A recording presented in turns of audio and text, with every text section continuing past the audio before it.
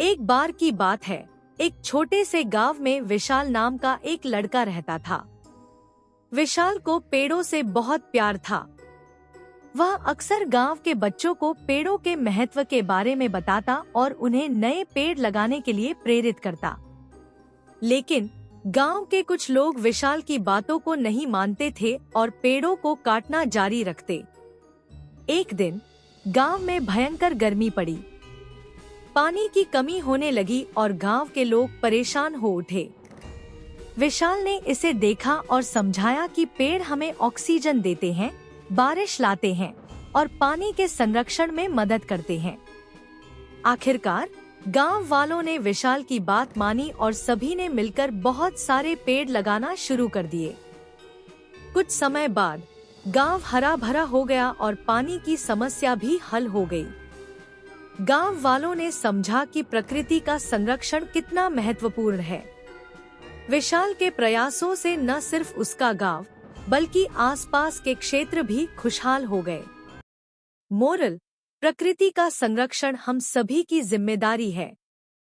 छोटे प्रयास भी बड़े बदलाव ला सकते हैं। एक गांव में एक बुजदिल लड़का राहुल रहता था, जो अंधेरे से बहुत डरता था। एक रात उसकी मां ने उसे कुएं से पानी भरकर लाने को कहा। रात का समय, सुनसान रास्ता और अंधेरा देखकर राहुल का दिल दहल गया, मगर हिम्मत जुटाकर वो चला गया। कुएं के पास पहुंचकर उसने देखा किसी का साया पानी में छलक रहा है। डर के मारे उसका दिल कांप उठा, मगर जब उसने हिम्मत करके देखा तो समझ आया कि वो तो उसका अपना ही प्रतिबिंब था। उस दिन से राहुल ने समझा, ज्यादा डर हमारे मन का भ्रम होता है, और वो अपने भय पर विजय पाने लगा। एक बार की बात है, एक गांव में एस अक्षर नाम का एक व्यक्ति रहता था। उसका पूरा नाम किसी को नहीं पता था।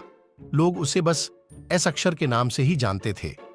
वो एक बहुत ही रहस्यमयी व्यक्ति था, जो अपने आप को सबसे अलग रखता था और कभी किसी से ज्यादा बात नहीं करता था। गांव के लोग हमेशा सोचते रहते हैं कि आखिर इस अक्षर का असली राज क्या है। एक दिन गांव में एक समस्या आई। गांव के एक कोने में एक पुरानी हवेली थी, जिसमें रात को अजीब अजीब आवाजें आती थीं। लोगों ने कहा कि वहां बहुत कुछ है, लेकिन कोई भी इस बात को साबित नहीं कर पाया। गांव के मुखिया ने सभी को इकट्ठा किया और कहा कि जो भी इस राज्य को सुलझाएगा उसे इनाम दिया जाएगा। एस अक्षर ने इस चुनौती को अपनाया और उस रात को हवेली में जाने का फैसला किया।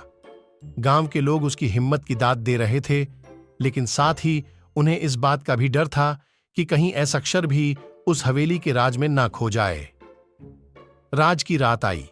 एस अक्षर हवेली में गया और अंधेरी सुनसान हवेली में उसने अपना पहला कदम रखा। हवेली के अंदर का महल और भी भयंकर था। तेज हवा के झोंके, पुरानी दीवारें जिन पर मकड़ियों का जाल था, और एक अजीब सी सिसकियां जैसे किसी को परेशानी हो रही हो। एस अक्षर ने अपने आप को संभाला और आगे बढ़ने लगा। उसने देखा कि एक कमरे से रोशनी आ रही थी। उसने धीरे से दरवाजा खोला और अंदर गया। कमरा अजीब सजा हुआ था, जैसे किसी ने बहुत सोच समझकर सब कुछ रखा हो। और फिर उसने देखा कि एक पुरानी किताब में कुछ लिखा हुआ है। जैसा ही उसने किताब को खोला, एक पत्र गिर पड़ा जिसका लिखा था, असली खजाना तुम्हारी हिम्मत और बुद्धिमता में है। दुनिया के सामने अपने असली नाम और पहचान को प्रकट करो। एस अक्षर समझ गया